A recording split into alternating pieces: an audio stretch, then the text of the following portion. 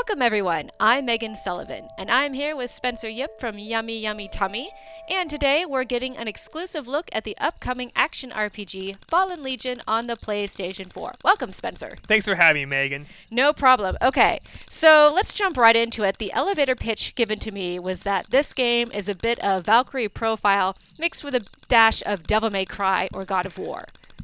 Yeah, we wanted to make an action RPG with emphasis on action. I love fighting games, and I love RPGs, and we wanted to kind of combine the two.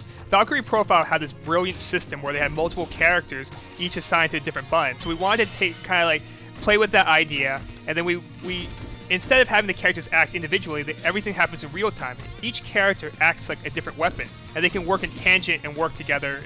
It's kind of like having multiple weapons, similar to like Devil May Cry or God of War. Very cool, and they're literal weapons. Yes, they are. The princess can breathe life into these legendary weapons. So Zulfikar is actually a sword that has come to life, and the princess brought form to it through this magical tome.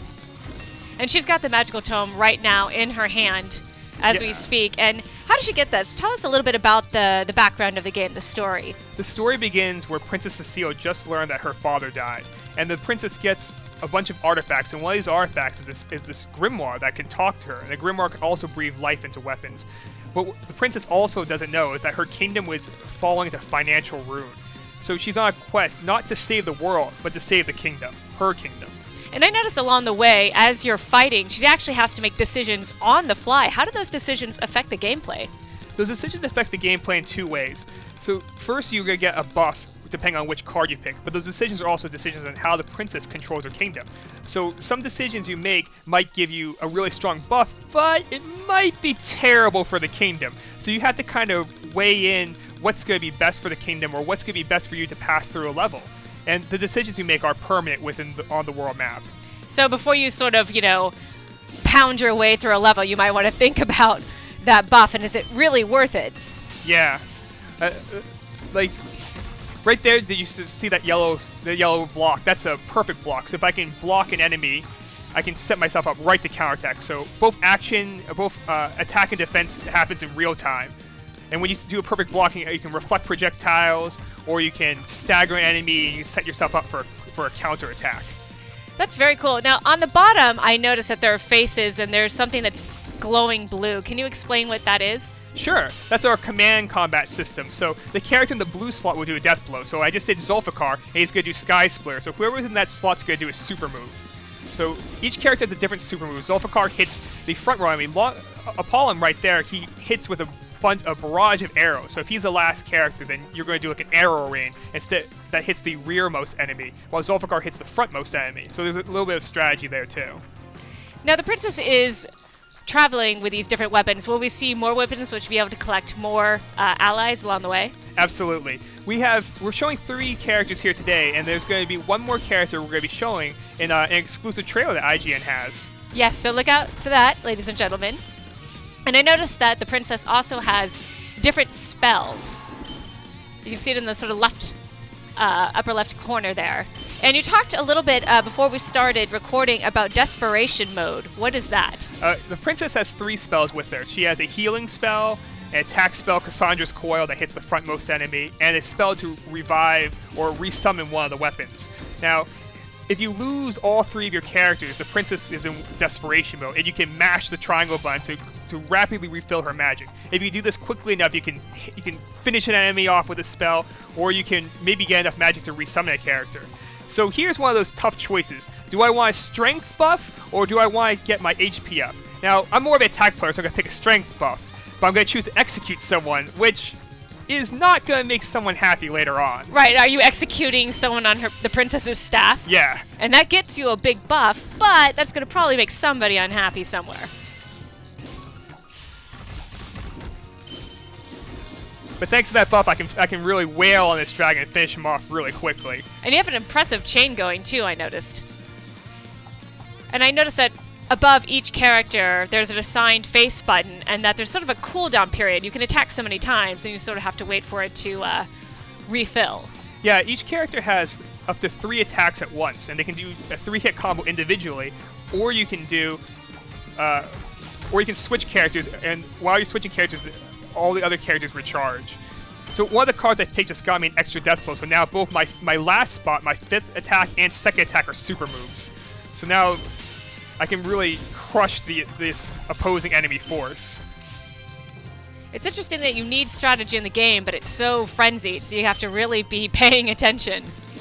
Yeah, one of the things that we saw in PlayStation Experience when we were showing the game, there was I think there was a 2nd or 3rd player was sweating while I was playing the game. He got out and when he was done, he was like, "That was so intense. I can't wait to play it again." And he came back in line, and actually after I think maybe 5 or 6 people, he was still waiting, and he came back and played because he wanted to see how high a combo he can get. And that was a real honor for me to see that happen. Yeah, it's really cool. And characters automatically block, correct? Like you'll block, but they'll block together. It's not like you have to individually. Yeah, all 3 characters block when you press the L1 button. So remember the execution decision? Right. This is one of the princess's own soldiers now who was not so happy that the princess is slaughtering her own people. Uh-oh. So if you had made a different decision, you may not even have to fight this guy. Yeah, you may not have to fight him, or maybe you'll fight someone else. Ah.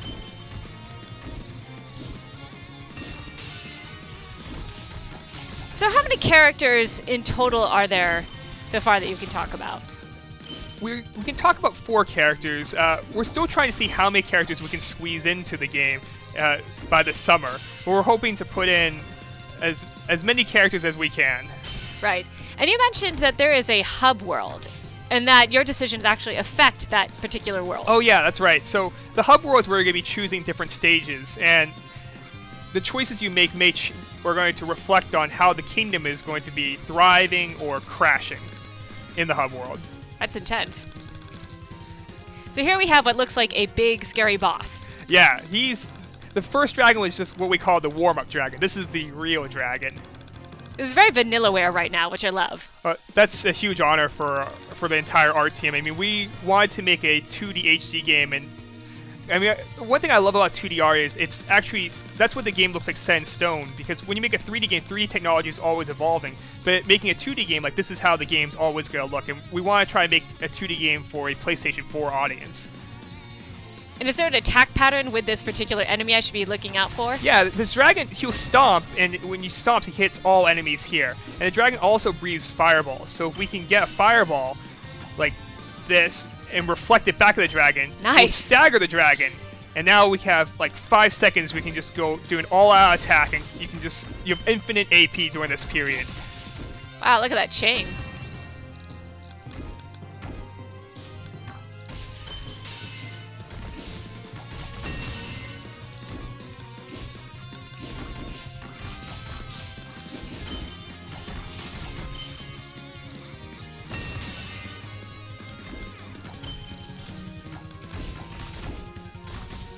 And are there different difficulty modes?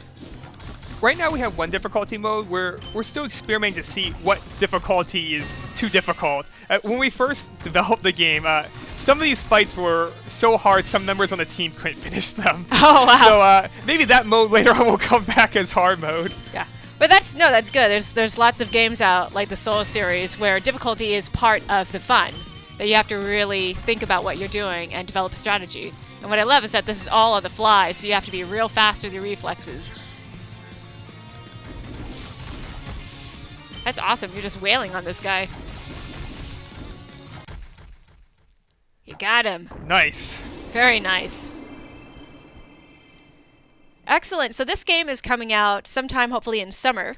Yep, we're planning to release it in summer 2016 for PlayStation 4. And one of the things that we showed at PlayStation Experience, a lot of people were talking about a Vita version. So if you want to see a Vita version, please poke us on Facebook, or if you have questions about the game, hit us up on Facebook. And do you have a Twitter account? Have not set up Twitter yet. Gotta set up Twitter, man. That's the best way to get a hold of people. But yeah, can they go to Yummy Yummy Tummy's Facebook page? Yeah, they can. Our Facebook page is Fallen Legion Game, or they can go to our website, Fallen Legion Game, that links back there too. All right, excellent. Well, thank you so much for coming in today, Spencer. I really enjoyed that demo. Cool. Thank you so much for having me, and thank you guys for watching. Yes, for all of your action RPG and Fallen Legion needs, keep it locked here on IGN. Thanks, guys.